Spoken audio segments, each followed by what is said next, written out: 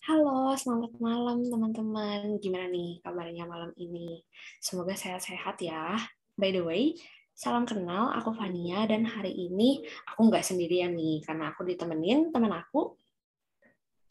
Halo Fania, halo semuanya. Salam kenal, aku Salwa yang akan nemenin kalian juga hari ini. Nah, teman-teman di sini kira-kira udah pada tahu nggak nih basement itu apa? Kayaknya selama basement UTS kemarin udah pada tahu juga kali ya, Van. Tapi buat yang belum tahu, boleh aku jelasin lagi.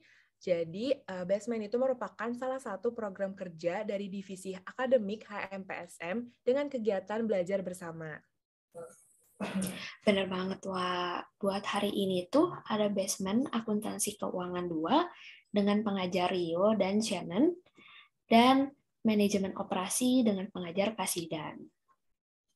Terima kasih untuk Rio, Shannon, dan Kak Zidan yang udah bersedia buat belajar bareng sama teman-teman di basement. Tapi sebelum kita mulai, aku bacain peraturannya dulu ya.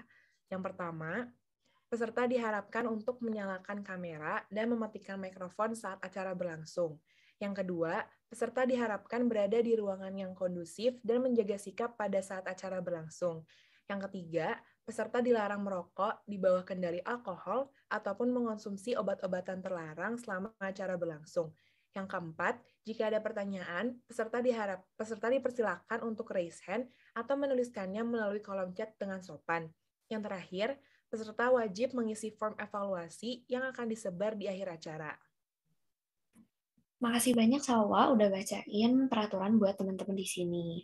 Lalu teman-teman nanti juga ada pembagian breakout room nih, yaitu breakout room 1 itu untuk AK2 dan breakout room 2 untuk MO. Mohon diperhatikan juga untuk pembagian breakout room-nya. Tapi sebelum kita pindah ke breakout room, sekarang kita masuk sesi foto dulu kali ya, Van. Bener banget. Yuk teman-teman kita sebelum nanti masuk breakout room belajar bareng, kita sekarang mau foto dulu. Boleh teman-teman kita on cam dulu, kita rapi-rapi dulu kali ya. Mungkin aku mulai kali ya. Oke, slide 1, 1, 2, 3.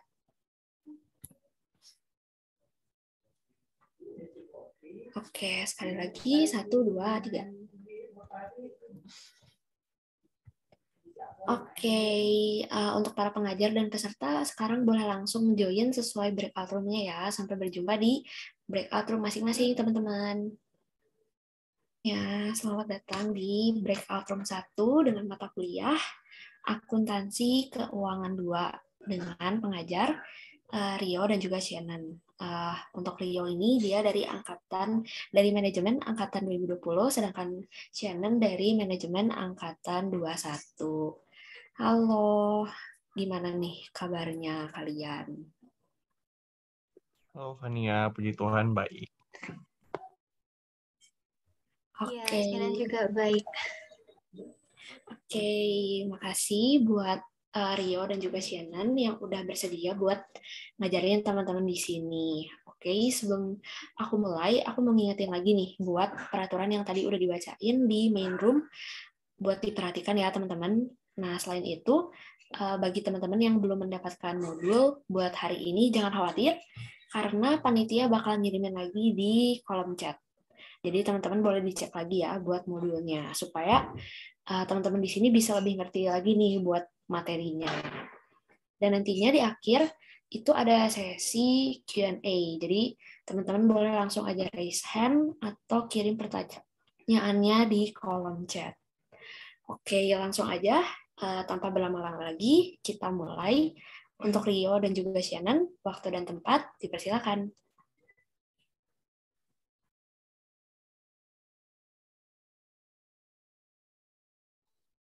Oke, selamat malam teman-teman semuanya. Aku mau perkenalin diri sekali lagi ya. Saya Shannon dari Angkatan 21. Jadi nanti kalau misal mau tanya boleh langsung panggil nama aja. Atau kalau nggak mau unmute juga langsung raise hand aja gitu ya. Sebelumnya aku mau share screen dulu. Itu kan link modulnya juga udah dikasih di chat ya teman-teman. Bisa sambil dibuka juga supaya lebih paham gitu. Oh iya Kak Fania boleh minta akses untuk bisa share screen nggak, Kak? Oke, bentar ya. Dicoba lagi. Udah bisa belum?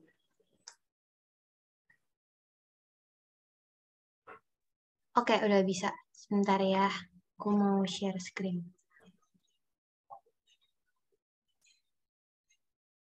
Begini, teman-teman, apakah sudah terlihat? Udah kelihatan. Ya.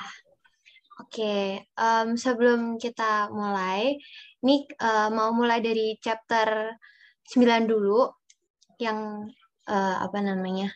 Sebenarnya nggak susah-susah banget, tapi cukup banyak ya teman-teman ya. Kita akan review dulu sebentar, sambil langsung juga bahas soalnya, ada contoh-contohnya.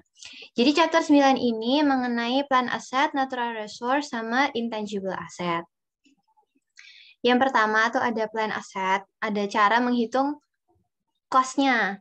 Biasanya kalau mesin itu tuh untuk menghitung cost-nya, kita biasanya cost-nya tuh apa aja sih? Nah, cost-nya itu dari kita beli barangnya, harga mesinnya itu, sampai siap pakai. Jadi biasanya biaya untuk siap pakai itu ada shipping fee, installation fee, prepaid insurance, kadang juga ada tax. Nah, itu tinggal semuanya ditambahin aja. Dan itu ada di posisi debit, terus kreditnya itu cash gitu. Berikutnya untuk land. Nah, yang land ini juga sama. Biasanya yang termasuk cost-nya itu ada price of property-nya, net removal cost of warehouse, attorney fee, sama broker's commission-nya gitu. Yang cost ini gampang sih teman-teman, pasti udah pada bisa lah ya. Terus kita lanjut aja ke depreciation method. Depreciation method ini ada 3 macam, yaitu straight line method, cost of unit activity, sama double decline. Kita akan mulai dari yang straight line, yang paling gampang. Itu depreciation cost-nya itu didapat dari cost dikurangi residual value, kemudian dibagi sama useful life-nya. Jadi misal useful life-nya 10 tahun. Nih kayak ada contoh soal perusahaan membeli truk pengantaran seharga 100 juta dan masa penggunaannya 10 tahun tanpa residual value. Jadi accumulated depreciation pada tahun kedua berapa? Nah, kita pertama cari dulu nih depreciation-nya. Berarti 100 juta dibagi 10. Tapi karena ini diminta pada tahun kedua, jadi langsung aja dikali 2 gitu. Maka dapat accumulated depreciation-nya itu 20 juta. Terus units of activity method. Kalau ini biasanya itu useful life-nya tidak dalam tahun, tapi dalam hitungan jam atau total unit. Jadi untuk menghitung depreciation-nya itu kita perlu tahu depreciable cost per unitnya dulu. Itu didapat dari cost dibagi total unitnya. Nah ini misal ada contoh soalnya itu cost-nya adalah 100 juta, total unitnya 3 juta. Jadi untuk tiap KM-nya itu harganya adalah 33,33 gitu rupiah.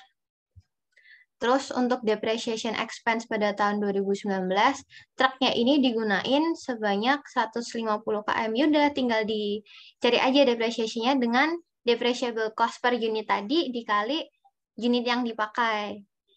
Nah, didapat hasilnya segini gitu. Terus kita lanjut ke double decline method. Nah, double decline method ini yang agak lebih susah sih teman-teman. Karena kita harus bikin tabel kayak gini, ada year, beginning value, rate-nya, terus annual depreciation, dan ending book value-nya. Nah, ini kita misal masih pakai contoh soal yang ada di straight line tadi. Dengan cost-nya itu, atau beginning value-nya ada 100 juta, nah, terus kita harus cari rate-nya dulu nih untuk double decline. Namanya aja juga double decline. Jadi, rate-nya pasti dikali 2. Cara cari rate-nya gimana sih? Itu 100% dibagi sama useful life. Useful life-nya tadi 10 tahun. Jadi 100% dibagi 10 tahun dikali 2. Maka kita dapat 20%. Yaudah, tinggal dikaliin aja. Kita cari annual depreciation-nya, yaitu 100 juta dikali 20%. Kemudian ending book value-nya berarti beginning value dikurang annual depreciation. Hasilnya 80.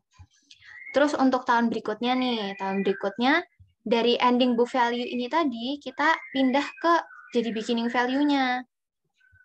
Nah, 80 juta dikali 20% hasilnya 16 juta. Nah, terus ending book value pada tahun kedua 64 juta gitu. Terus bila ditanya accumulated depreciation untuk pada tahun 2020, berarti 20 juta ditambah 16 juta, hasilnya 36 juta. Begitu.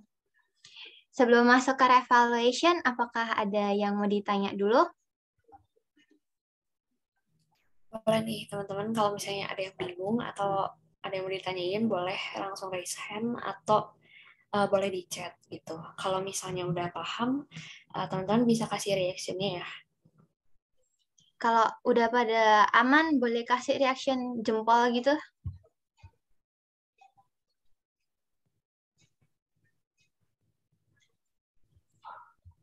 Oke, aman kali ya. Lanjut langsung. Iya, aman kali ya. Oke, thank you teman-teman. Nah, selanjutnya kita bakal ke revaluation. Revaluation ini biasanya yang cukup tricky juga nih. Sebenarnya gunanya apa sih revaluation itu? Revaluation itu untuk penilaian kembali aset supaya nilainya itu sama dengan waktu yang sekarang. Nih, sebagai ilustrasi, misalnya PT Jaya membeli mesin pada tahun 2018 sebesar 100 juta dan useful life-nya 6 tahun, no residual value. Pada tahun 2020, yaitu sekarang, fair value mesinnya itu jadi 90 juta. Nah, kan terjadi perubahan nilai aset nih. Oleh karena itu, PT Jaya memerlukan revaluasi supaya bisa tahu nilai aset yang tahun sekarang itu berapa. Dan bisa diketahui juga dari perubahan nilai ini, perusahaan tuh untung atau rugi gitu. Nah, untuk menulis jurnalnya atau itu pertama-pertama kita harus cari dulu accumulated depreciation expense. Supaya gampang kita gunain straight line method aja. Yaitu 100 juta dibagi 6 tahun lalu dikali 3. Kenapa dikali 3? Karena kan mesinnya udah jalan 3 tahun kan. Udah dari 2018, 19, 20 kan gitu. Maka accumulated depreciation-nya 50 juta. Sehingga book value pada 31 Desember 2020 itu hasilnya adalah 50 juta. Kemudian untuk cari gain atau loss-nya, untung atau ruginya, kita tuh bisa cari dari book value dikurangin fair value-nya. Jadi kalau misal book value-nya lebih kecil daripada fair value-nya, maka akan terjadi gain. Kalau book value-nya lebih besar daripada fair value-nya, maka kita terjadi loss gitu. Nah, di sini book value lebih kecil, maka perusahaannya gain, dapat untung. Sehingga jurnal entry-nya itu di debit accumulated depreciation equipment sebanyak 50 juta, terus equipment di sisi kredit 10 juta, dan revaluation surplus-nya 40 juta. Bagaimana kalau situasinya loss? Nih, misal ada kasus nih, peralatan di Pernis memiliki carrying value 800. Didapat dari ini 1 juta dikurangi 200. Namun pada akhir tahun 2020 nilai independen menentukan aset bahwa fair value-nya itu 775 doang. Mengakibatkan kerugian atau penurunan nilai sebesar 25.000. Karena kan dia tadi book value-nya 800.000. Sedangkan fair value-nya 775.000. Kan lebih besar book value-nya, makanya loss. Sehingga jurnal untuk mencatatnya itu ada accumulated depreciation equipment 200.000, impairment loss atau bisa jadi ditulis juga loss on revaluation gitu boleh 25.000 dan equipment-nya itu dikredit 225.000. Begitu. Selanjutnya, ada revising periodic depreciation. Jadi revising ini tuh terjadi apabila suatu plan aset itu diubah masa penggunaannya. Nih, misalnya Bar Floris itu punya truk yang mau di-extend penggunaannya tuh 1 tahun. Jadi total life-nya 6 tahun. Nah, di sini kita tahu bahwa useful life sebelumnya berarti kan 5 tahun, karena ditambah 1 tahun jadi 6 tahun ya kan. Dan increase its residual value to 2.200. Nih, company use straight-line method, cost-nya 13.000 dan residual value awalnya itu 1.000. Nah, langkah pertama, kita harus cari depresiasi 3 tahun pertama nih sebelum diperpanjang. 13.000 dikurangin 1.000 dibagi 5 tahun. Jadi hasilnya per tahunnya itu 2.400 untuk annual depreciation-nya. Sehingga selama 3 tahun accumulated depreciation-nya tinggal dikaliin 3 aja, hasilnya 7.200 kan gitu. Kemudian langkah yang kedua kita cari book value setelah 3 tahun. Cost-nya dikurangin sama accumulated depreciation.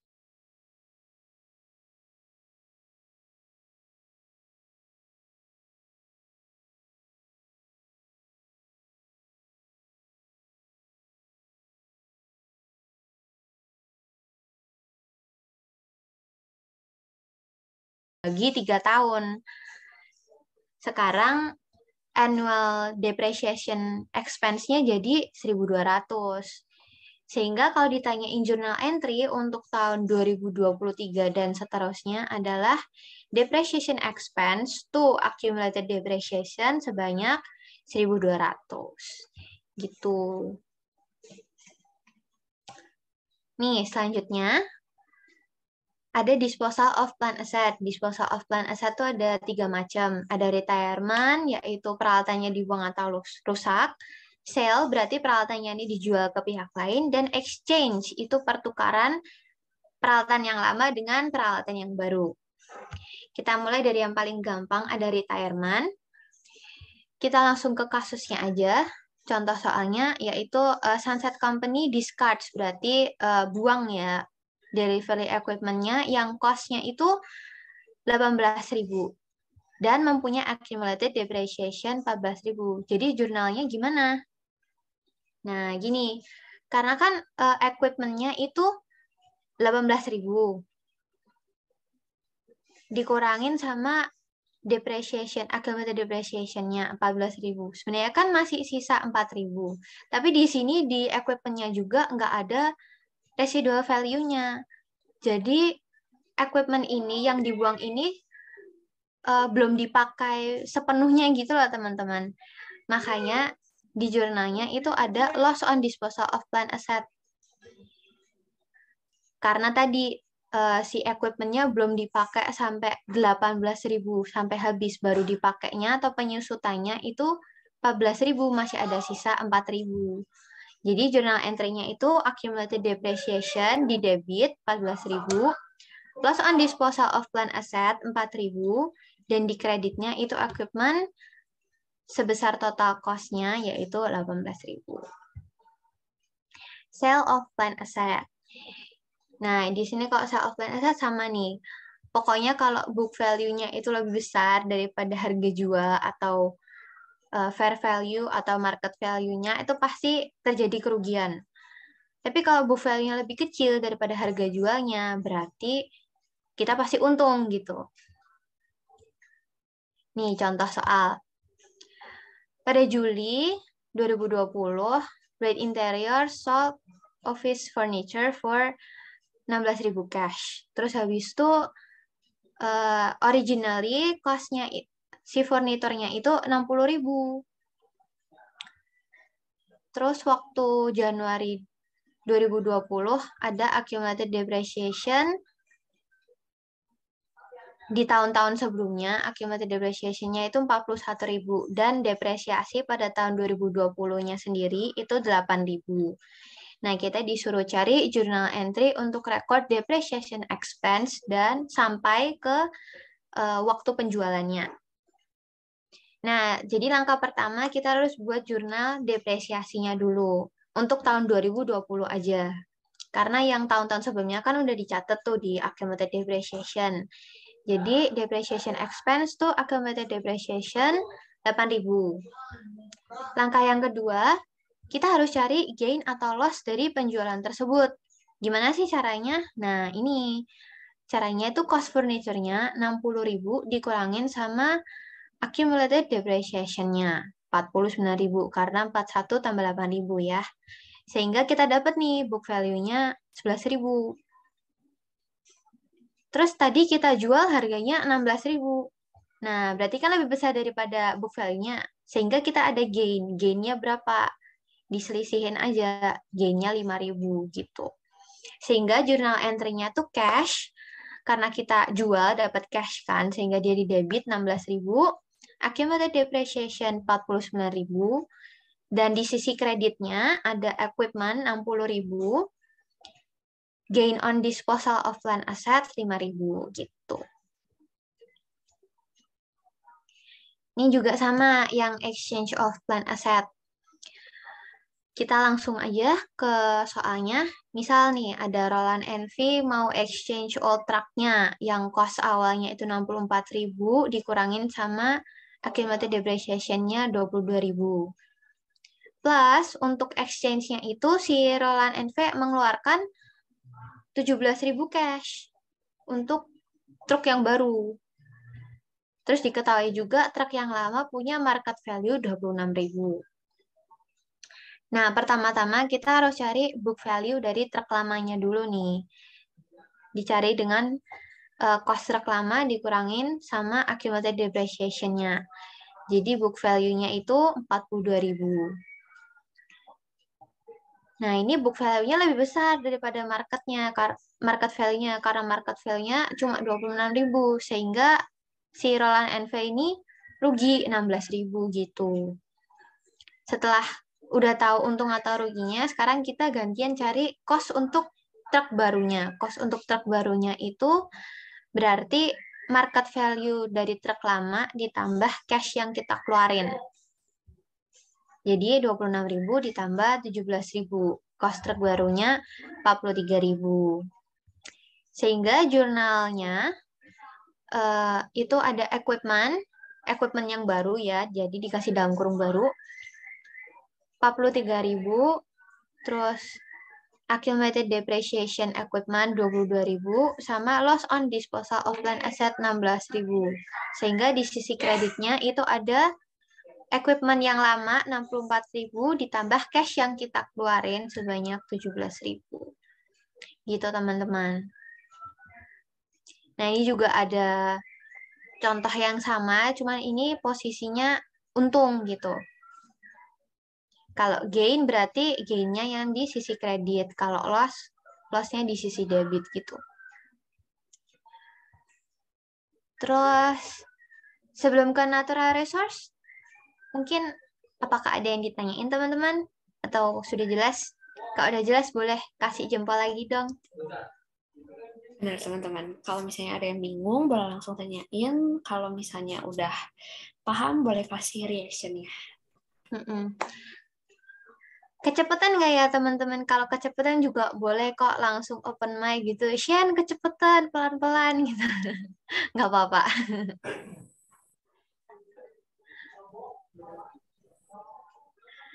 Aman ya?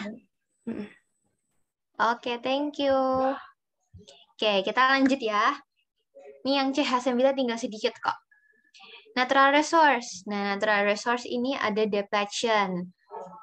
Terus biasanya untuk menghitung depletion-nya itu kita harus cari depletion cost per unitnya. Itu didapat dari total cost dikurangin residual value dibagi sama total estimated units yang ada. Nih contoh soal langsung. Land Coal Company invest 50 juta di pertambangan yang mempunyai yang estimasinya di pertambangannya itu ada 10 juta ton coals, ya kan? Dan tidak ada residual value-nya. Untuk tahun pertama, Lane extracts and sell 250.000 ton of coal.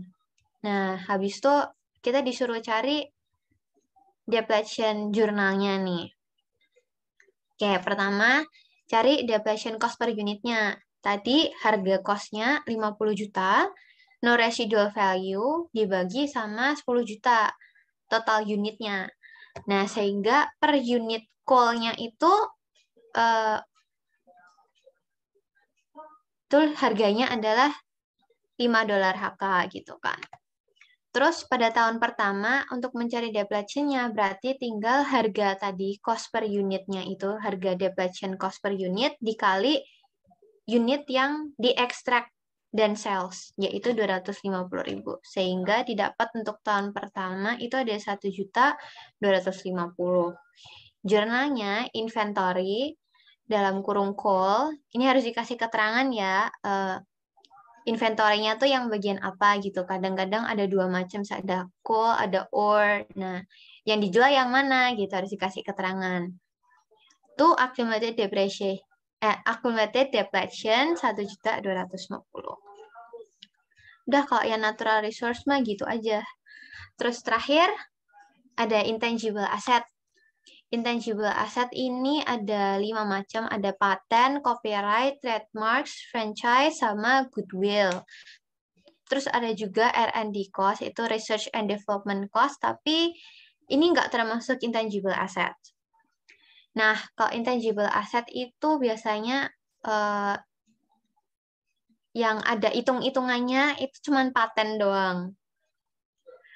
Nih, misal contoh soal yang paten. National Lab purchase a patent cost 720.000. Terus National estimates the useful life of patennya itu 8 tahun. Sehingga kita harus cari jurnal entry-nya tuh record the annual amortization for the year ended December 31. Sehingga jurnalnya tuh langsung aja dari amortization expense to patent. Nah, caranya gimana? Kayak pakai straight line method aja teman-teman, kayak depreciation gitu kan. Amortization kan juga ada tuh amortization yang straight line method. Nah, udah pakai itu aja 720.000 dibagi 8 tahun useful life-nya. Sehingga didapat 90.000 amortization per tahunnya gitu. Terus ini ada juga latihan mandiri. Kalian bisa kerja ini teman-teman. Nanti aku juga udah bikin kunci jawabannya. Supaya nggak kelamaan, nanti kunci jawabannya aku share di grup aja gitu. Udah beres yang CH9. Apakah ada pertanyaan? Boleh teman-teman, tadi sampai chapter 9, kalau misalnya ada yang mau ditanyain, boleh langsung raise hand, atau kalau misalnya malu-malu nih boleh di chat juga. Atau kalau misalnya udah paham, boleh kasih reaksinya lagi.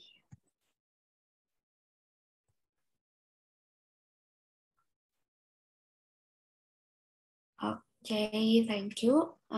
Kayaknya udah masih aman ya. Boleh sekarang dilanjut ke materi selanjutnya. Oke, ini materi selanjutnya akan dijelasin sama Kak Rio. Mungkin boleh aku aja yang share screen-nya. Oke. Sebentar.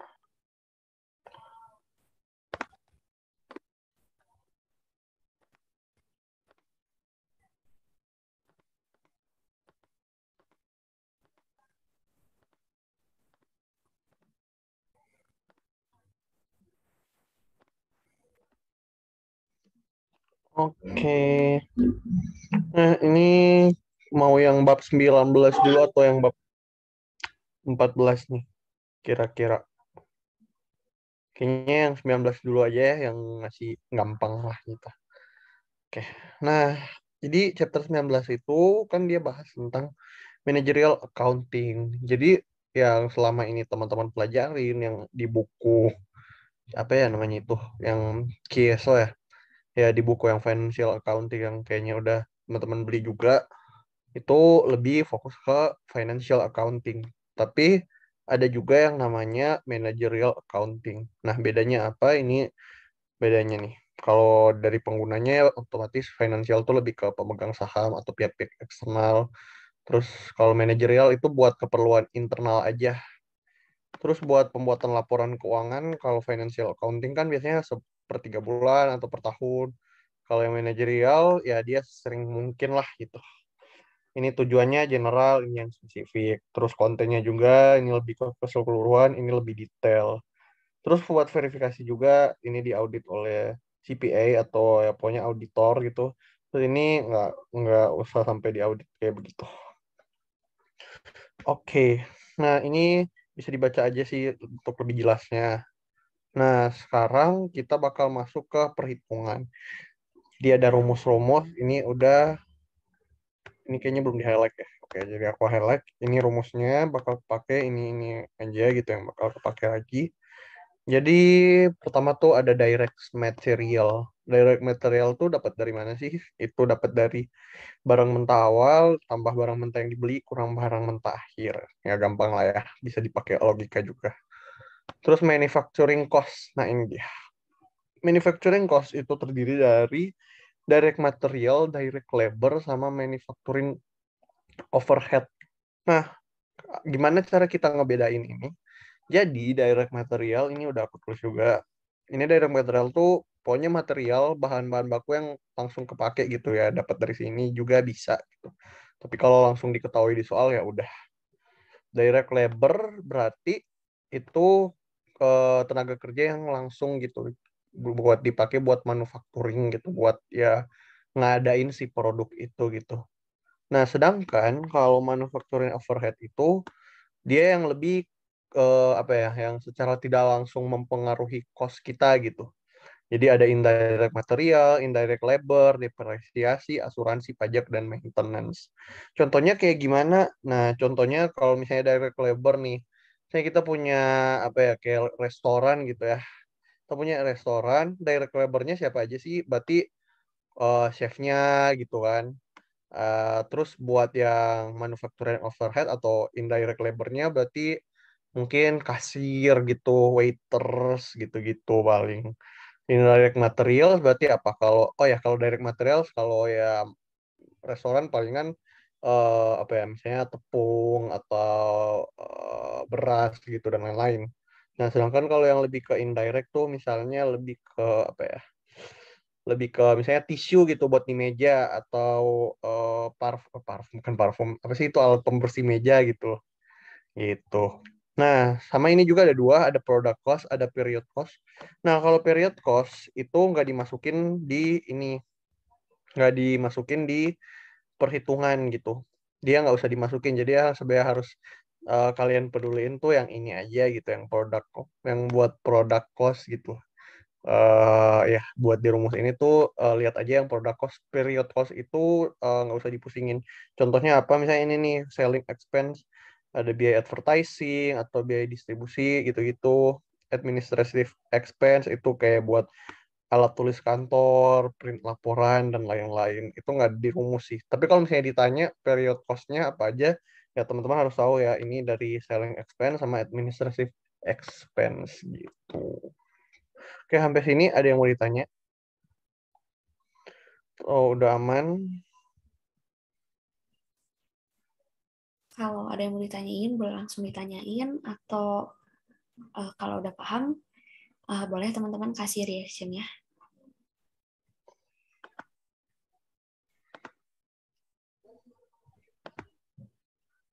Oke, kalau gitu. Siap, aku lanjut ya berarti. Nah, ini ada soal pembahasan. Jadi, ini nih. Jadi ada perusahaan makanannya, guys. Ini, oh ya ini rumusnya belum dijelasin juga ya. Oh ya, COGM itu dapat dari ini nih, barang setengah jadi awal, manufacturing cost kurang barang jadi akhir. Terus COGS atau cost of goods sold itu yang udah jadi gitu, barang jadi tambah COGM kurang barang jadi akhir gitu. Gitu. Nah, gini. Jadi dalam managerial accounting kita tuh bagi produknya dalam 3 jenis gitu. Ada yang masih mentah, terus setengah jadi, terus ada yang udah jadi gitu, siap saji gitu. Nah ini ada contoh nih, kayak misalnya perusahaan makanan itu ngejual wagyu gitu. Ini ada yang berarti dia proses produksinya kan dari daging sapi dulu. Terus misalnya ada yang wagyu yang udah dingin gitu, udah dibumbu, udah dipotong-potong, terus ini udah siap saji gitu. Nah, berarti ini barang mentahnya, ini setengah jadi, ini yang udah jadi gitu, yang ya barang yang udah jadi gitu. Nah, ini ada contoh soal. Jadi diketahui cost of material perusahaan, bukan konstruksi ya, ini perusahaan restoran kali ya, restoran wagyu gitu. Nah, ini ada diketahui nih wagyu siap saji awal, TOGS, dan lain-lain gitu ya, sebagainya.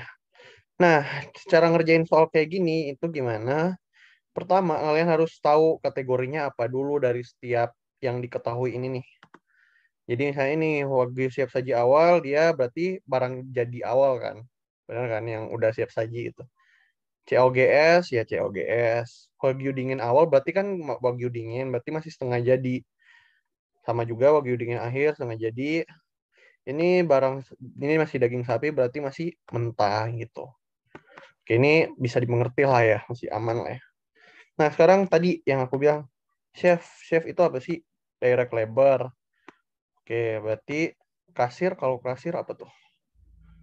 Kasir itu period cost administratif. Jadi dia nggak dimasukin buat perhitungan. Pokoknya kita nggak usah pusingin gitu. Makanya that's why aku naruh kayak di ini ya, kayak di arsir gitu warnanya dibedain. Terus depresiasi peralatan masak dan bangunan ini masuk manufacturing overhead.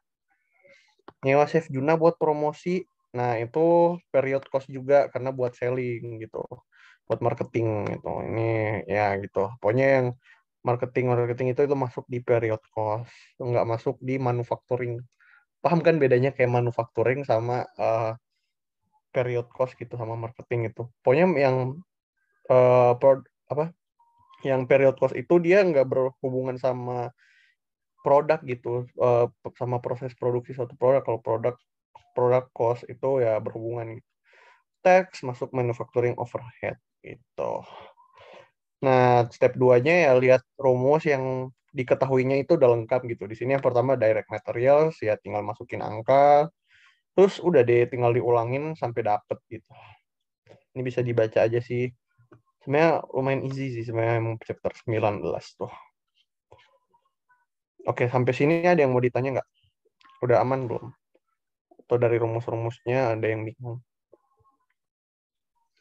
Oke, teman-teman, tadi setelah dari yang chapter 19, kira-kira dari teman-teman ada yang masih dibingungin nggak? Atau kalau misalnya ada yang mau ditanyain, langsung aja boleh unmute terus ditanyain aja. Atau kalau mau lewat chat juga nggak apa-apa. Nanti bakal aku bantu jawab. Aku bacain. Atau kalau misalnya udah paham, boleh kasih reaction ya.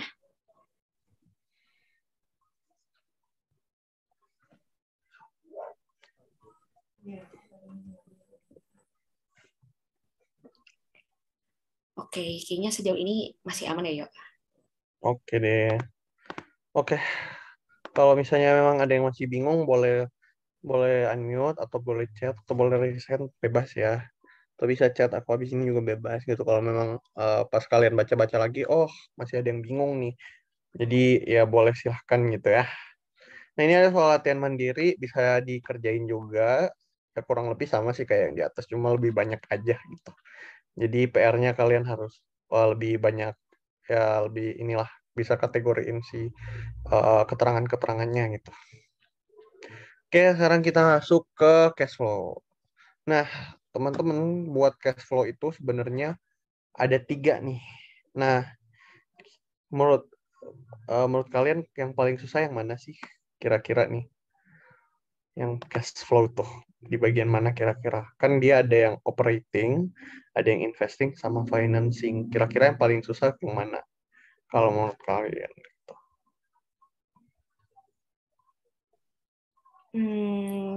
Kita coba tanya kali ya salah satu. Kalau menurut siapa ya?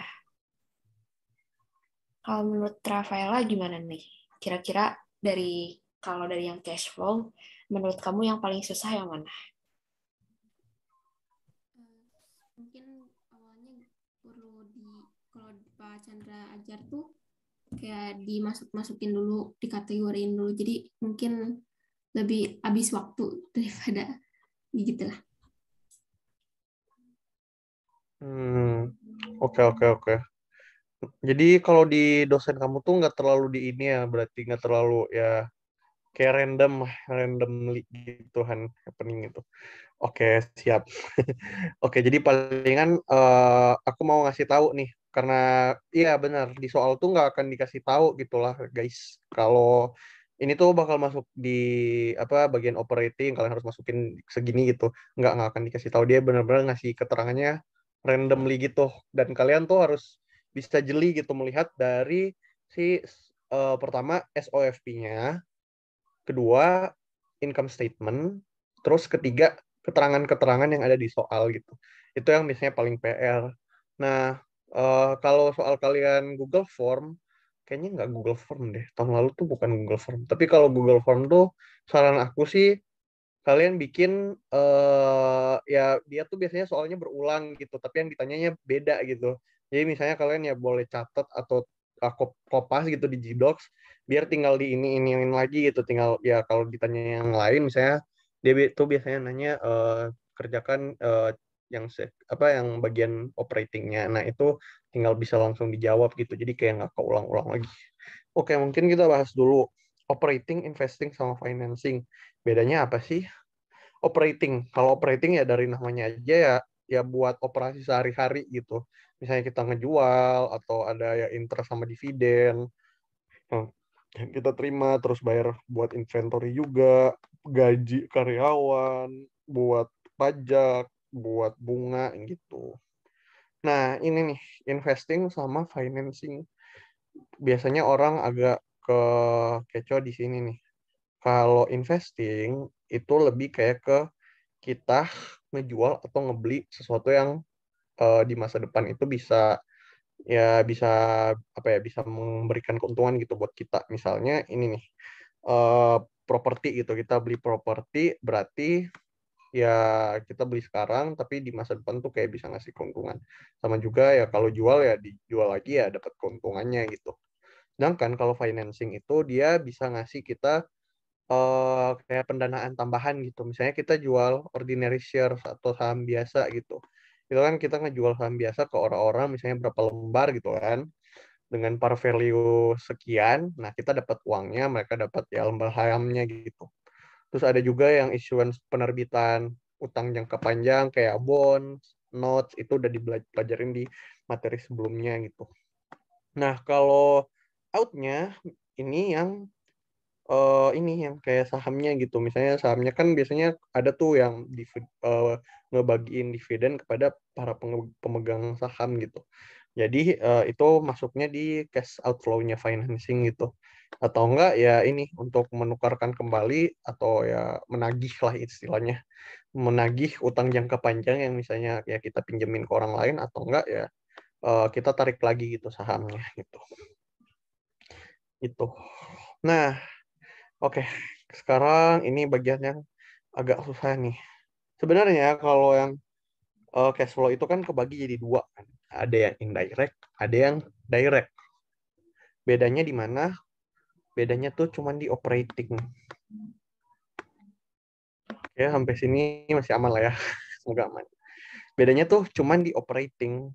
Buat investing sama financing itu sama aja.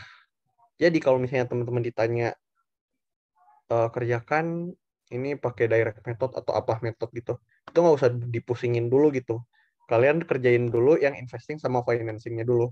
Ini kalau soalnya bukan Google Form ya. Kalau misalnya soalnya tuh kayak apa ya? Kayak HVS Pak ya pokoknya dikasih di HVS A4 gitu terus tinggal dicoret-coret pokoknya dijawab gitu di kertas. Kalau UTS gimana tuh soalnya? Shannon waktu UTS kalian soalnya gimana tuh? Di form kah? Enggak G-form sih, kayak udah dikasih di PDF gitu. Terus Oh, nanti oke. biasanya suruh kerjain tulis tangan juga. Oke deh, siap. Nah, Kalau kayak begitu, aku saranin kalian kerjain yang investing sama financing. Karena operating ya gitulah, agak memang tricky gitu. Bukan tricky sih, sebenarnya agak lebih ke menghafal ya. Karena kan beda gitu, indirect sama yang direct gitu. Nah, oke. Ini buat yang indirect dulu. Kalau buat yang indirect, pertama kita harus lihat, ini buat operating sessionnya ya. Nah, kalau misalnya indirect, pertama ya otomatis kita cari tahu net income. Net income lihat dari income statement otomatis. Terus, nah yang ini step 2, lihat pula perubahan pada non-current asset dan liability di SOFP tahun ini dan sebelumnya. Nah, itu gimana? Nah, jadi ini tuh kalian harus melihat di SOFP komparatif itu namanya lah. Nah, terus kalian cocokin sama yang ini nih. Kalau misalnya ini nih. Oke, yang ini. Nah, kalau misalnya current assetnya bertambah, berarti itu harus jadi pengurang gitu. Pengurang cash. Kenapa kayak gitu ya? Karena ini bisa dipikir pakai logika. Cuman kalau misalnya bagi kalian itu susah buat dipikirin, hafal aja. Gitu. Hafal hal satu, ya nanti tinggal dibalik-balik lah gitu. Kenapa kalau current asset itu meningkat, dia harus dikurangin? Karena tiap kali kita, misalnya kan kalau current asset meningkat, berarti kita beli current asset kan. Kayak misalnya current asset itu apa aja sih? Supplies gitu-gituan. Supplies, inventory. Nah, kalau current asset meningkat, berarti kan kita ngeluarin uang kan, ngeluarin cash. Jadi dia harus berkurang gitu kan, namanya statement cash flow kan teman-teman. Nah, karena kita beli sesuatu, jadi dia berkurang gitu uangnya, cashnya berkurang gitu. Begitu sih logikanya. Cuman kalau misalnya terlalu susah, nggak usah, jangan dipikirin terlalu susah. Ya udah berarti dihafal aja gitu. Nah, terus kalau misalnya current liability gimana ya? Sama juga sih logikanya. Jadi misalnya utangnya ya kita ngutang gitu. Kita ngutang di accounts payable gitu ya. Ya kalau kita ngutang otomatis atau minjam uang, ya uang kita bertambah gitu. Udah segampang semudah itu sih sebenarnya. Kalau dia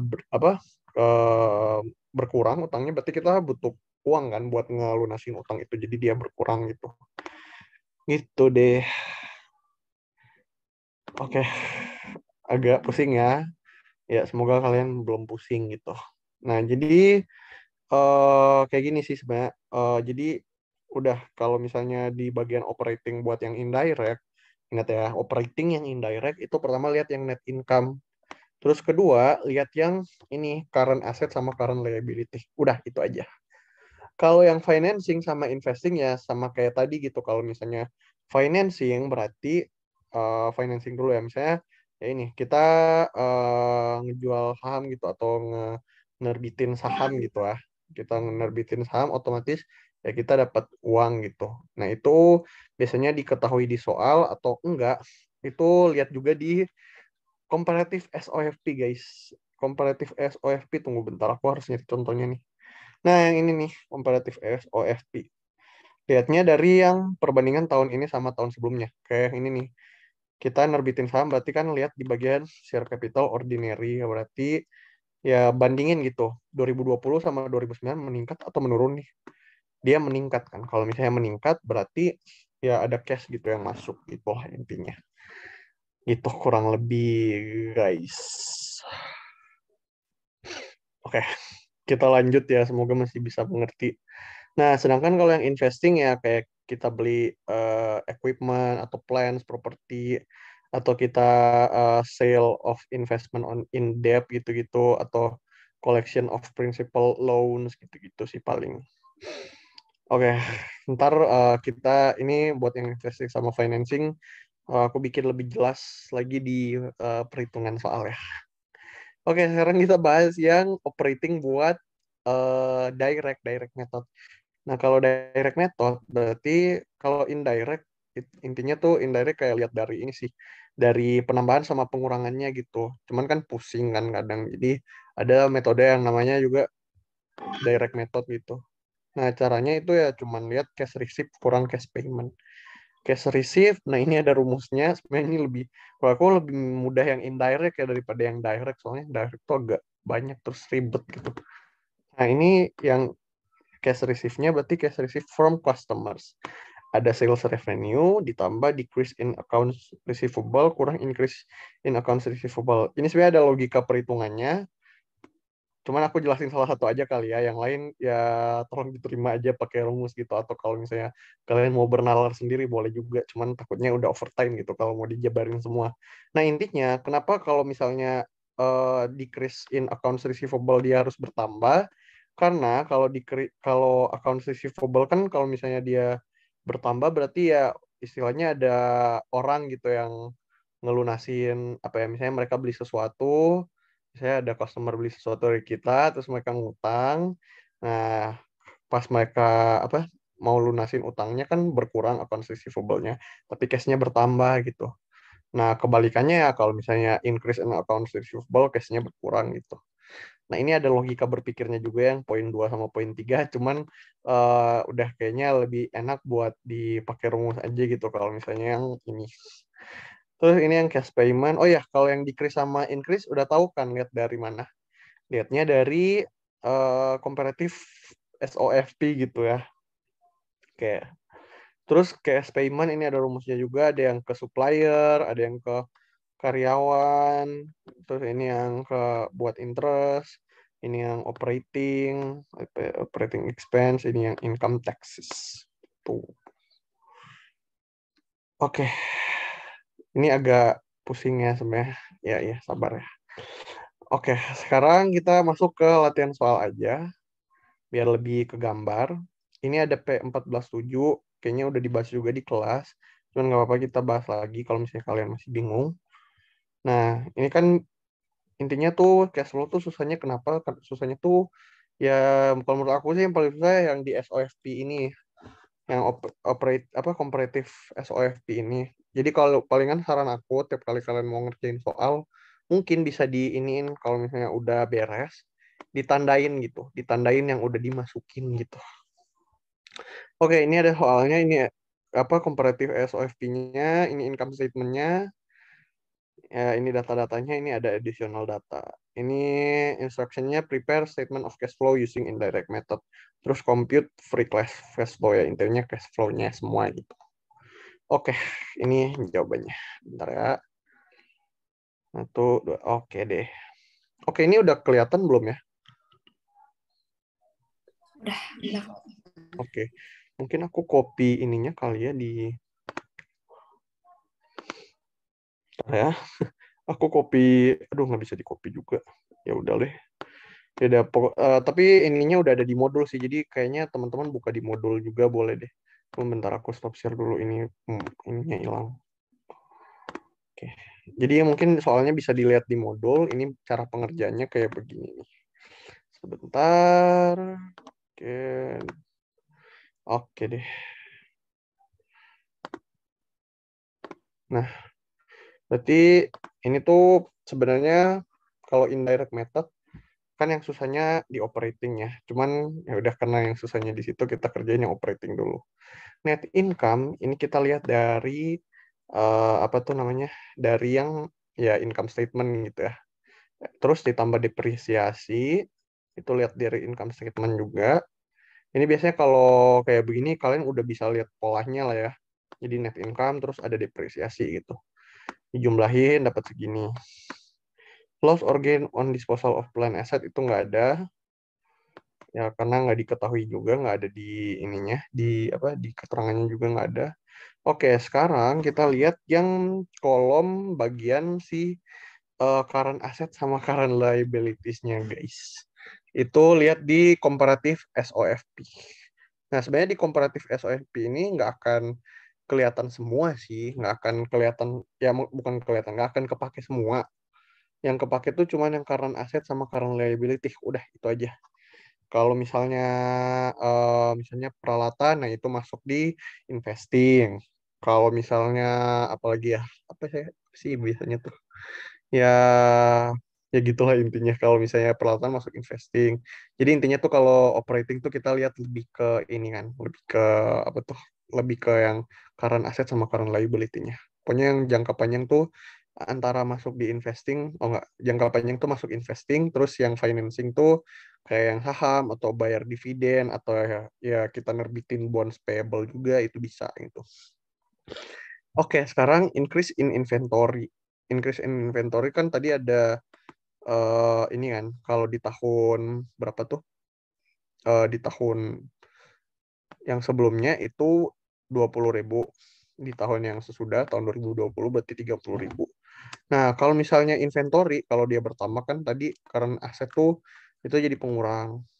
Nah, sama juga ini accounts receivable kan current asset nih. Berarti dia jadi pengurang juga gitu. Berarti yang tahun sebelumnya 14.000, tahun sesudah 33.000 gitu. Terus ini yang current liabilities, ada income tax sama accounts payable. Ini dia berkurang, jadi pengurang juga. Ya, dilihat dari selisihnya. Jadi tahun sebelumnya 2019 cuma 7.000. Salah. Tahun sebelumnya itu 8.000. Terus tahun sesudah itu 7.000 gitu. Terus ini dia bertambah, berarti di tahun sebelumnya dia 15.000. Terus di tahun sesudah 29.000. Kalau misalnya current liabilities tuh jadi penambah gitu. Oke. Terus ini tinggal kita jumlahin aja. Kalau misalnya kalian bisa nggak pakai Excel sih sebenarnya itu ditulis tangan ya. Ya udah pakai kalkulator, dijumlahin ini dapat 16.000. Terus ini dikurang ini dapat segini nih. Oke, sekarang yang investing activities. Berarti kalau ada sold, berarti kan tadi ada sold of equipment ya di bagian keterangannya tuh 9.700. Kenapa ambil 9.700? Sebentar aku balik lagi ke modul. Bentar ya. Kenapa ambil 9.700? Karena ini nih. Ini kan, equipment was sold 9.700 for cash. Terus equipmentnya tuh seharga segini. Terus had accumulated depreciation at the time of sale. Nah, jadi si equipment harga awalnya kan 18.000 ya. Terus dia udah terdepresiasi sebesar 8.300 gitu. Nah, 18.000 dikurangin 8.300 tuh 9.700. Nah, di sini kalian harus jeli nih guys.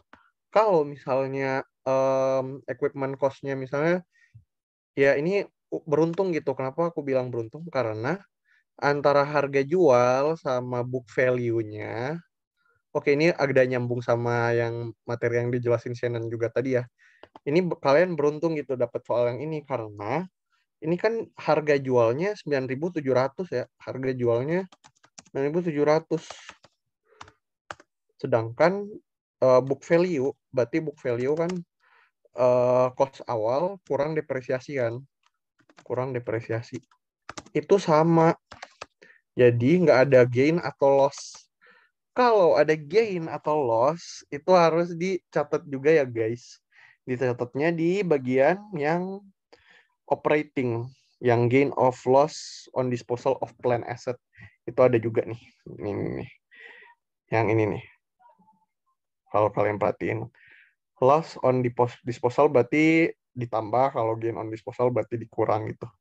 Nah itu berarti ya ini sebenarnya soalnya kalian beruntung gitu. Kalau misalnya di ujian atau di UAS, itu pokoknya kalian harus merhatiin si harga jual sama book value-nya sih. Kalau misalnya harga jual sama book value-nya beda, nah berarti itu antara atau ada gain atau loss. Kalau harga jualnya lebih tinggi dari book value berarti gain. Kalau book value-nya lebih tinggi berarti loss gitu. Gitu deh. Sampai sini ada yang mau ditanya? Udah bingung nih kayaknya. Aman? Gimana?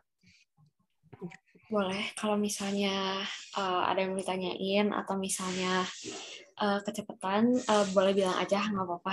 Raise hand atau tulis di chat. Nanti kalau tulis di chat nanti bisa aku bantu untuk kasih tahu gitu ya, biar bisa diulang lagi gitu. Oke. Kalau misalnya udah paham, boleh kasih reaction.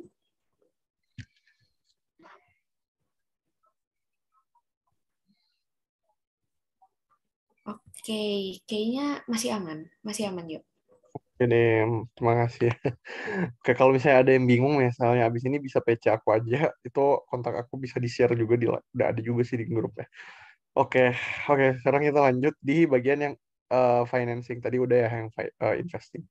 Nah, kalau financing itu ya kurang lebih ya kayak ya kita mau menerbitkan saham gitu kan. Kita ngejual saham, terus kita bayarin dividen juga, terus kita apa ya nerbitin atau narik lagi si bonds payable gitu kan. Nah, ini financing sebenarnya lebih nggak sebarbar yang dua kolom sebelumnya gitu. Yang paling barbar kan yang si operating gitu. Ini masih lebih mending gitu. Kalau ini kan ada sale of ordinary sale of ordinary shares, salah nih tulisannya. Oke. Nah, kalau ngejual saham berarti ya lihatnya dari ini ada di keterangan atau enggak ya? Oke, berarti ini nggak ada di keterangan, berarti kita harus lihat di sininya berarti. Lihat di apa nih namanya? Komparatif SOFP-nya gitu. Dilihat dari situ gitu. Terus yang bonds juga lihat juga dari sini gitu selisihnya. Yang bayar dividen kayaknya dividen ada di sini sih. Nih, dividen declare and paid 20.000 gitu. Guys. Oke, sekarang gimana kapan sih kita harus ngelihat di komparatif SOFP? Kapan harus ngelihat di income statement? Kapan harus ngelihat di ini di apa sih namanya ini additional data gitu. Oke, jadi kalau tips dari aku sih sebenarnya sebentar ya kita ubah posisi dulu. Oke. Kapan harus ngeliat di income statement dulu ya? Kalau income statement otomatis ya kita lihat akun-akun income statement tuh biasanya ada sales revenue, terus ada ini operating expense tapi dia kepake di direct. Oke. Interest expense juga tapi kepake di direct. Tax kayaknya harus ada juga deh. Oke. Income tax expense tapi dia kepake di direct juga gitu. Nah, ini semua tuh bakal kepake ya buat direct aja sih. Jadi yang yang income tax, interest expense, operating expense itu kepake di direct. Kalau buat yang ini, yang apa nih namanya sales revenue itu kepakainya di indirect gitu. Gitu paling. Nah, terus kalau misalnya ngelihat di komparatif apa tuh namanya komparatif SOFP, oke aku jadi ini. Oh maaf salah revisi. Oke, jadi yang dilihat itu net income ya bukan yang si ininya ya. Bukan yang sales revenue, maaf ya. Kalau sales revenue di direct juga gitu. Jadi boleh sambil teman-teman catat juga ya di bagian modul mungkin bisa sambil dicoret-coret juga gitu. Soalnya kayaknya itu belum dikasih gitu keterangannya gitu. Nah, itu buat di bagian income statement yang bisa kalian temuin gitu. Kalau SOFP, komparatif SOFP, ya banyak sih sebenarnya. Ini yang paling agak PR nih sebenarnya. Kalau SOFP itu kita ke operating dulu. Kalau operating itu dia lihat yang current asset sama current liability. Biasanya current asset sama current liability itu dia kalau diurutin di SOFP agak di bagian ke bawah sebelum cash gitu. Kan biasanya tuh SOFP kan disusun yang non current dulu, baru yang current kan yang di atas tuh yang non current yang di bawah current gitu. Oh ya, tapi cash itu nggak dimasukin ya guys, karena ya ini kan cash flow gitu. Kalau kalian masukin cash lagi ya jadi ke double gitu intinya perhitungannya tuh. Sama cash flow ini juga di akhir tuh ternyata kalian juga harus lihat ini ya kayak perbedaannya, perbandingannya. Kalau perhitungan di cash flow kalian tuh sama nggak sama peningkatannya. Misalnya ini kan di akhir tuh dapat 17.000 ya. Di akhir tuh dia dapat 17.000. Maaf, ya di akhir tuh dapat 17.000 segini nih. Net increase in cash, terus cash at the end of period berarti 37.000. Sama nggak? Oh ternyata sama gitu, berarti udah benar gitu. Kalau misalnya, oh ya, ini tips and trick juga. Kalau misalnya jadi cara kalian masihin perhitungan kalian benar tuh lihat di ini sih di cash ini ya bagian cash. Kalau masih beda berarti salah. Kalau misalnya udah sama berarti udah aman gitu. Gitu intinya gitu. Itu paling. Oke, tadi udah di operating ya. Oke, sekarang yang investing. Kalau investing berarti lihat yang ini share capital biasanya. Salah, investing, sorry. Investing itu equipment, maaf. Oke, ralat ya. Investing tuh kayak equipment, plan, pokoknya yang non-current aset gitu lah. Sedangkan kalau yang ini, yang apa nih namanya, yang financing itu kayak share capital, terus yang bonds juga, gitu-gitu paling. Yang bond sama dividen. Dividen ini. Nah, oke deh. Nah, additional data itu buat apa ya? Additional data yang namanya additional gitu. Ya palingan ya dia bisa random, bisa lebih random sih sebenarnya. Tapi nggak apa-apa kalau misalnya ya kalian lihat, misalnya ini depreciation expense berarti kepake di operating berarti. Berarti kalian harus kategoriin dulu nih. Misalnya ini kepake di operating, terus di dividen berarti kepake di financing, terus ini kepake di investing gitu. Jadi kalau saran dari aku, kalau buat yang komparatif ini tuh ya sebenarnya udah ada rumus pastinya, bukan rumus pastinya ya. Udah ada kategori pastinya. Misalnya equipment berarti investing, yang inventory berarti operating, akun receivable operating, cash ini cuma buat perbandingan di akhir. Ini tuh buat financing. Ini nggak dipakai. Ini financing juga. Ini buat operating. Ini buat operating. Jadi pas kalian ngelihat ini tuh, biar nggak bingung, pertama harus tahu dia masuk kemana gitu. Itu palingan. Nah, kalau yang ini berarti sales revenue kan nggak kepake. Ini nggak kepake, ini kepake tapi di direct. Ini juga di direct. Ini juga di direct. Nah, ini berarti cuma pakai ini sih sebenarnya buat operating gitu. Jadi Pak harus tahu gitu dia kepake atau enggak. Sebenarnya udah kebaca gitu. Kalau misalnya kalian mau hafal juga ya sebenarnya boleh. Cuman kalau aku lebih nyaranin pakai logika. Cuman kan agak susah juga kan kalau mau mikir pakai logika pas pakai ujian. Kalau udah kehafal di luar kepala ya maaf itu bagus lah ya. Oke. Ini ada yang soal latihan lain juga. Oke, ini yang soal latihan lain juga. Ini yang pakai metode direct. Ini ada perusahaan, receive company. Ini si initial income statement-nya, revenue-nya segini, operating expense-nya segini, terus income accounts receivable-nya sama accounts payable-nya segini. Oke, sekarang instruksinya compute net cash provided by operating activities using the direct method. Nah, ini kan dia cuma nanya yang operating activity, guys. Operating activity berarti ya lihat dari cash payment kurang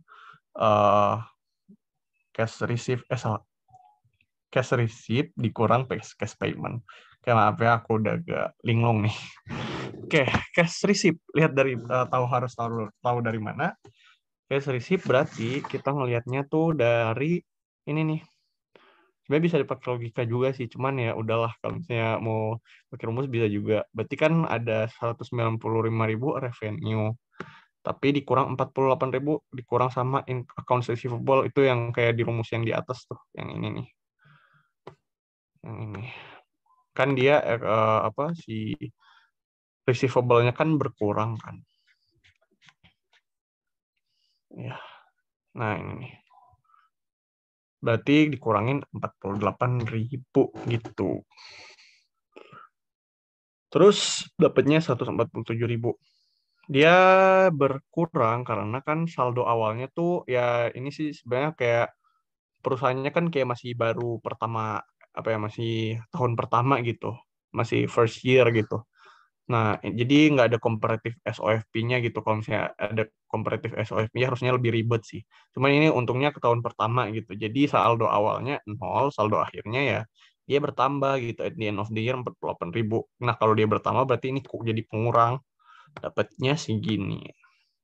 Terus cash payment dari operating expense dapatnya dari mana? Ini juga gampang lihat dari 78.000 terus dikurang sama accounts payable gitu. Sama juga accounts payable kalau misalnya dia bertambah, dia jadi pengurang juga gitu. Karena kan saldo awalnya 0, terus saldo akhirnya 25.000. Ini lihat dari rumus yang operating. Mana tuh operating ya? Ini nih.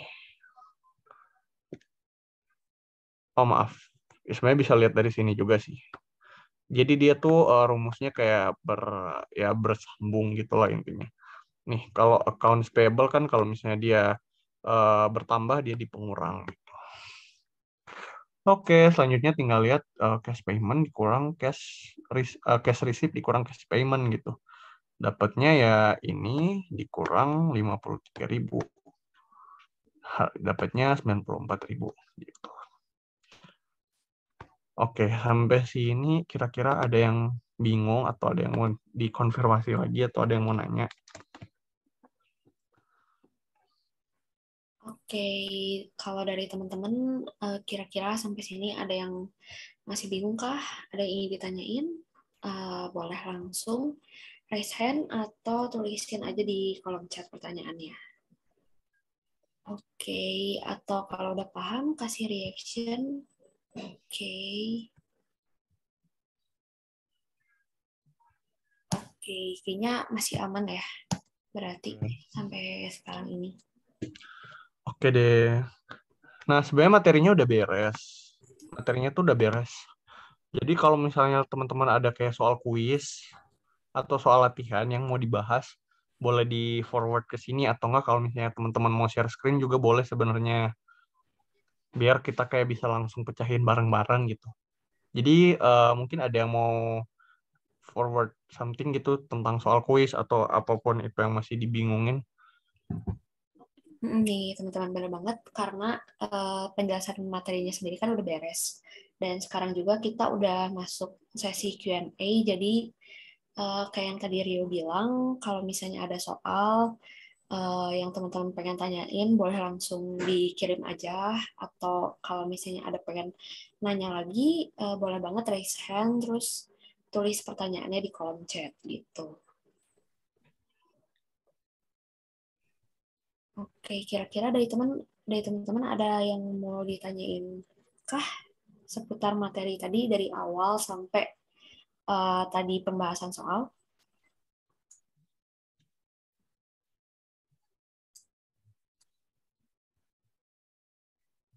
Oke, paling sambil nunggu ada yang nanya, kita ngobrol-ngobrol dikit kali ya. Boleh. Kalau dari Rio sama Shannon nih, uh, apa ya? Dari tadi awal materi terus sampai yang akhir gini, menurut kalian yang urutan materi yang paling tricky itu dari yang mana aja sih kalau menurut kalian? Oke. Kalau dari paling gampang dulu kali ya. Paling gampang tuh sebenarnya chapter 19. Itu paling easy. Chapter yang awal juga yang 9 juga gampang juga ya, Shannon. Cuman dia tuh agak banyak hitung-hitungannya kalau nggak salah. Yang paling susah emang yang ini yang cash flow. Makanya ya gitu agak sedikit membingungkan kalau kalau teman-teman bingung harusnya wajar gitu. Aku aja sampai pegel gitu ngejelasinnya kayak. Bener banget, kayaknya ini bagian yang paling apa ya, bener-bener harus teliti banget lah ya baca semua infonya di soal gitu. Betul.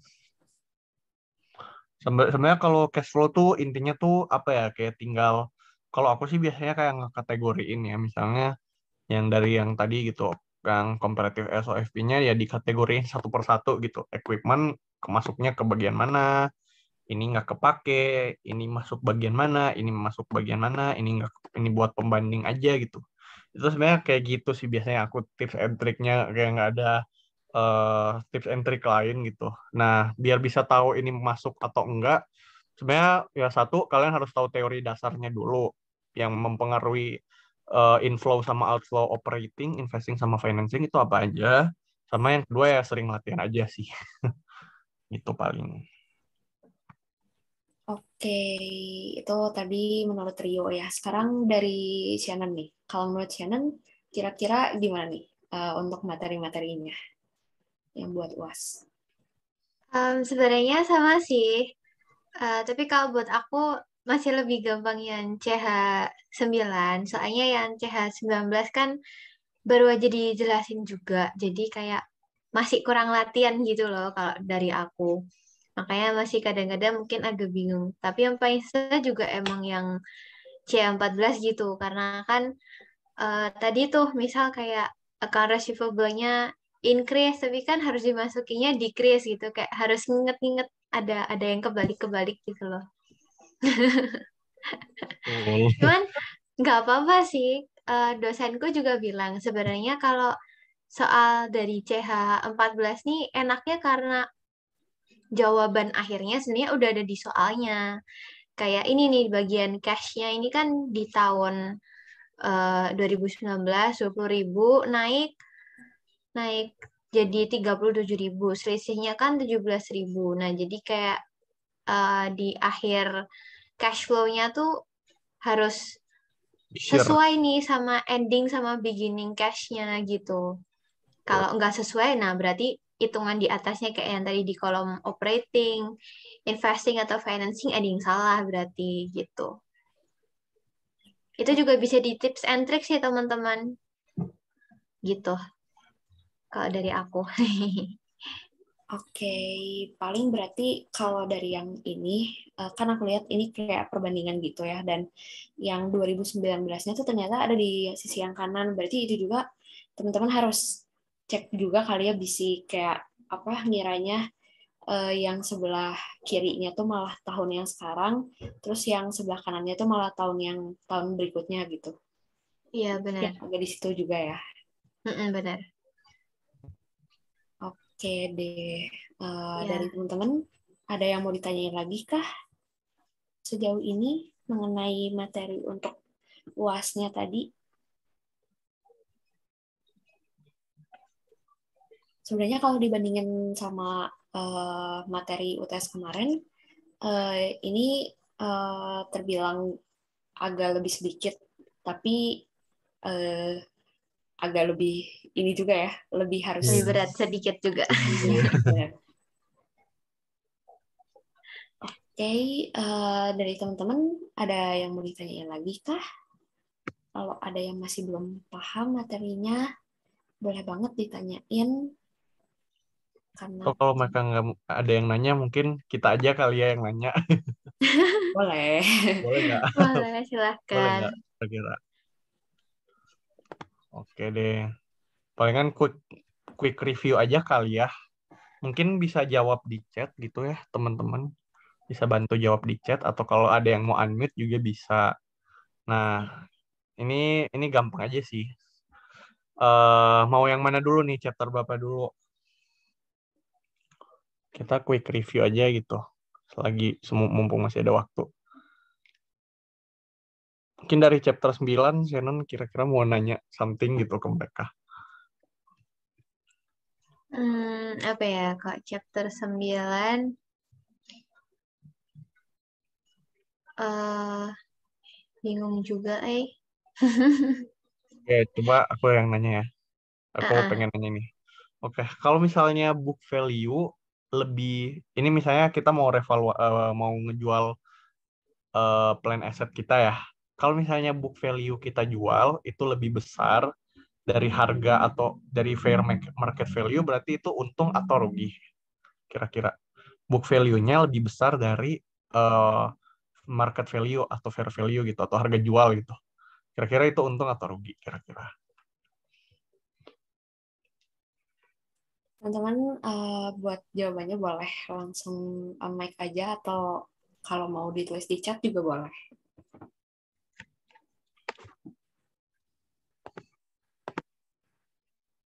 Oke, rugi. Oke, jawabannya betul. Kenapa rugi? Ya karena kan tadi eh, kita kan ngejualnya tuh book value-nya aslinya mah masih lebih gede gitu, tapi pas dijual lebih kecil yang kita dapat, jadi rugi. Kalau kebalikannya berarti untung. Oke, itu satu. Pertanyaan satu.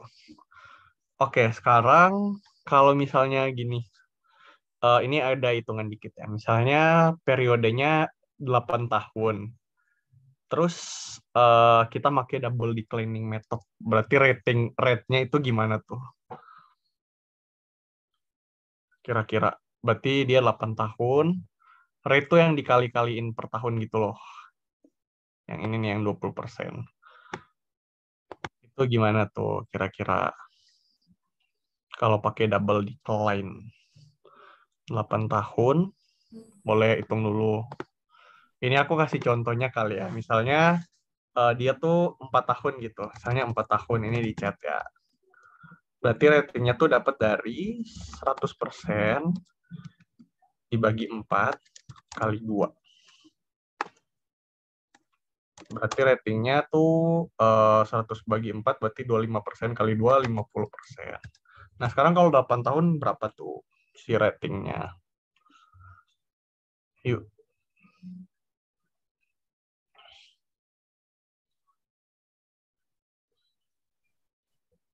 Ya, buat teman-teman, tadi pertanyaan yang ditanya sama Rio, boleh dijawab langsung, atau kalau mau dijawab lewat chat juga boleh.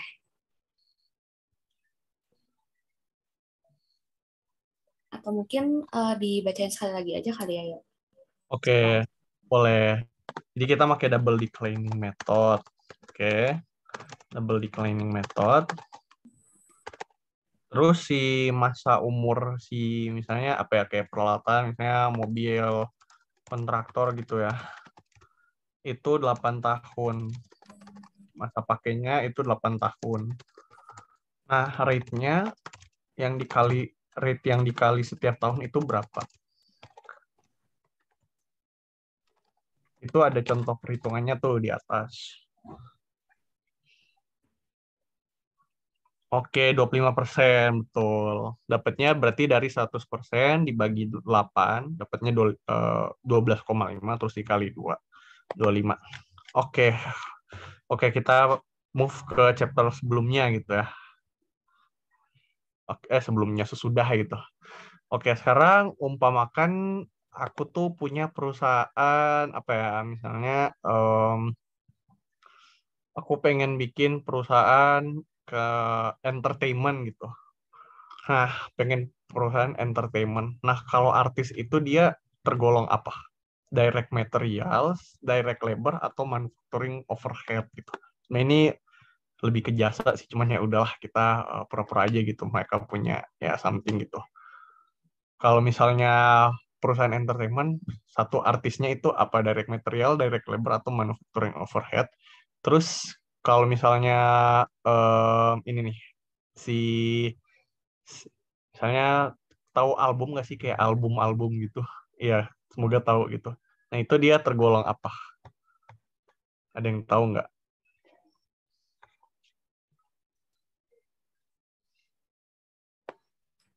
Kalau album tuh, oh ya boleh. Lanjutin aja ya. Kalau album tuh barang jadi, setengah jadi, atau barang mentah.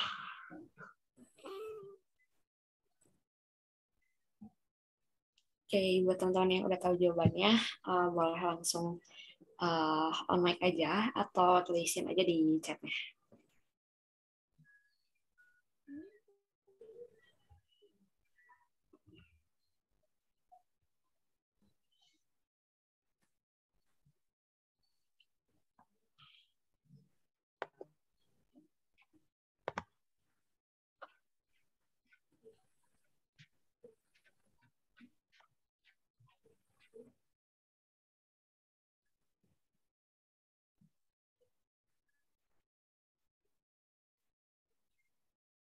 Atau mungkin kayaknya teman-teman di sini masih agak kebingungan kali ya, jadi boleh dibantu untuk dijawab. Boleh.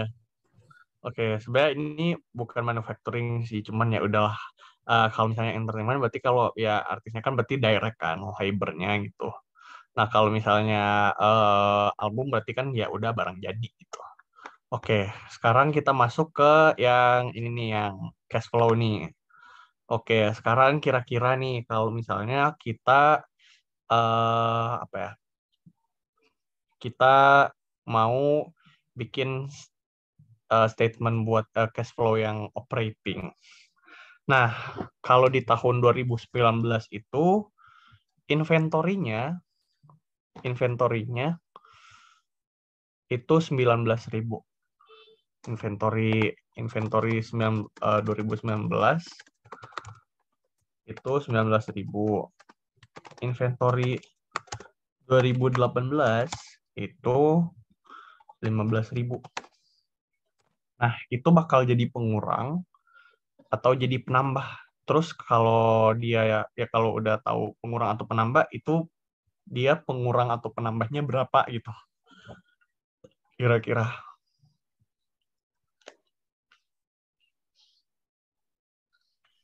Teman-teman yang udah tahu jawabannya, boleh kayak sebelumnya ditulis di chat, atau kalau mau mic langsung juga boleh. Tadi itu pertanyaannya nambah atau ngurang ya? Antara Iya, yang betul. Oh, Dia jadi penambah. Oh, sama ini. Oke, pertanyaan ada tiga ya. Dia masuk ke section yang mana? Apakah dia operating, investing, atau financing gitu. Terus kedua, dia jadi pengurang atau penambah. Terus itu berapa gitu nominalnya. Udah 3 itu aja.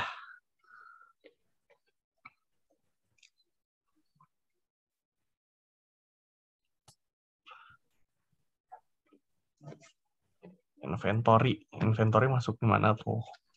Oke, aku ambil minum ya, izin.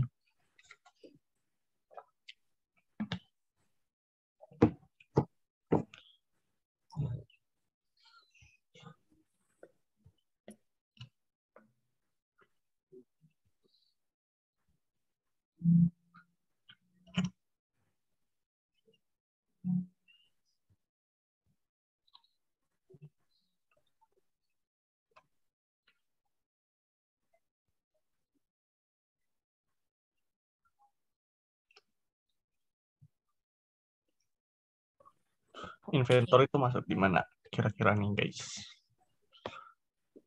Ini udah ada kelihatan sih sebenarnya.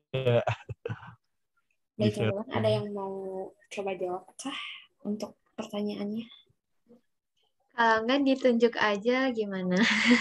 Boleh. Siapa ya? Devina gitu?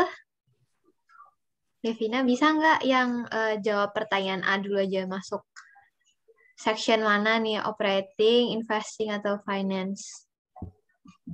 Operating bukan? Iya benar operating ya. Betul. Terus dia jadi pengurang atau penambah tuh? Penambah. Oke, kenapa penambah kira-kira? Atau nggak apa-apa sih? Bener nggak? Bener dong. Dari Iya dong. inventory 2018-nya kan 15.000, terus 2019-nya naik jadi 19.000 gitu. Oke. Oke, berarti nominalnya berapa tuh kalau naik? 4.000. Ya. Oke, pinter. Semoga Ya, lulus. mantul. Amin. Lulus Thank you puas sih. Devina. Harusnya lulus sih kalau udah. Amin, lulus semua. Jadi, oke, mungkin terakhir kali ada yang masih mau nanya nggak kira-kira? Boleh, kalau misalnya dari teman-teman ada yang masih bingung nih, atau kayak dari yang tadi materi yang udah disampaikan, ada yang mau ditanyain lagi, teman-teman boleh banget raise hand atau langsung on mic, atau mau ditulis di chat juga boleh. Atau setelah ini nanti mau nanya, feel free banget ya yuk buat nanya-nanya. Betul. Kita ada grup juga, jadi bisa langsung nanya di grup juga. Bener banget. Oke, kalau misalnya nggak ada, sesi Q&A-nya kita cukupkan aja kali ya. Oke, terima kasih untuk teman-teman atas partisipasinya. Sayangnya waktu kita udah habis nih, tapi buat kalian yang masih punya pertanyaan, jangan sedih karena kalian bisa langsung aja nulis pertanyaannya di Google Docs yang dikirimin oleh panitia di kolom chat. Selain itu, aku juga mau ngingetin buat teman-teman untuk isi form evaluasi yang bakal dikirim di kolom chat juga. Dan nanti di akhir acara bakal ditampilin untuk QR code-nya. Jadi teman-teman bisa langsung scan aja. Oke, sebelum mengakhiri basement hari ini, karena tadi diawali sama foto, kita akhiri sama foto lagi ya. Yuk kita on cam dulu rapi-rapi lagi sebelum aku mulai pandu sesi fotonya. Oke, teman-teman on cam yuk.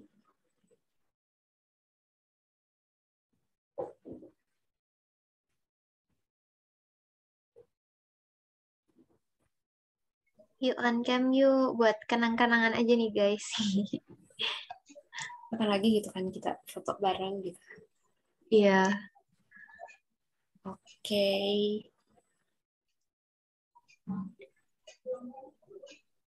Oke, aku mulai aja kali ya. 3, 2, 1. Sekali lagi, 3, 2, 1. Oke, makasih teman-teman. Terima kasih. Sebelum itu, aku mau info ini, kalau basement tuh nggak cuma hari ini aja, masih ada di hari Rabu, tanggal 15 Juni 2022, itu ada statistika bisnis di jam 7 sampai 8.40. Terus kita ada juga di tanggal 17 Juni, itu AKB dan MK2 di jam 7 sampai 8.40 malam. Dan juga hari terakhir di hari Sabtu, tanggal 18 Juni, ada pajak 1 dan pajak 2 di jam 10 sampai 11.40 siang. Terima kasih teman-teman yang udah datang di hari ini, dan aku juga mengucapkan terima kasih sekali lagi kepada para pengajar atas waktunya. Jangan lupa datang ya teman-teman. Aku Fania sebagai MC hari ini, mewakili seluruh panitia Basement 2022 mengucapkan terima kasih dan sampai bertemu di Basement selanjutnya. Bye-bye. Good luck UASnya.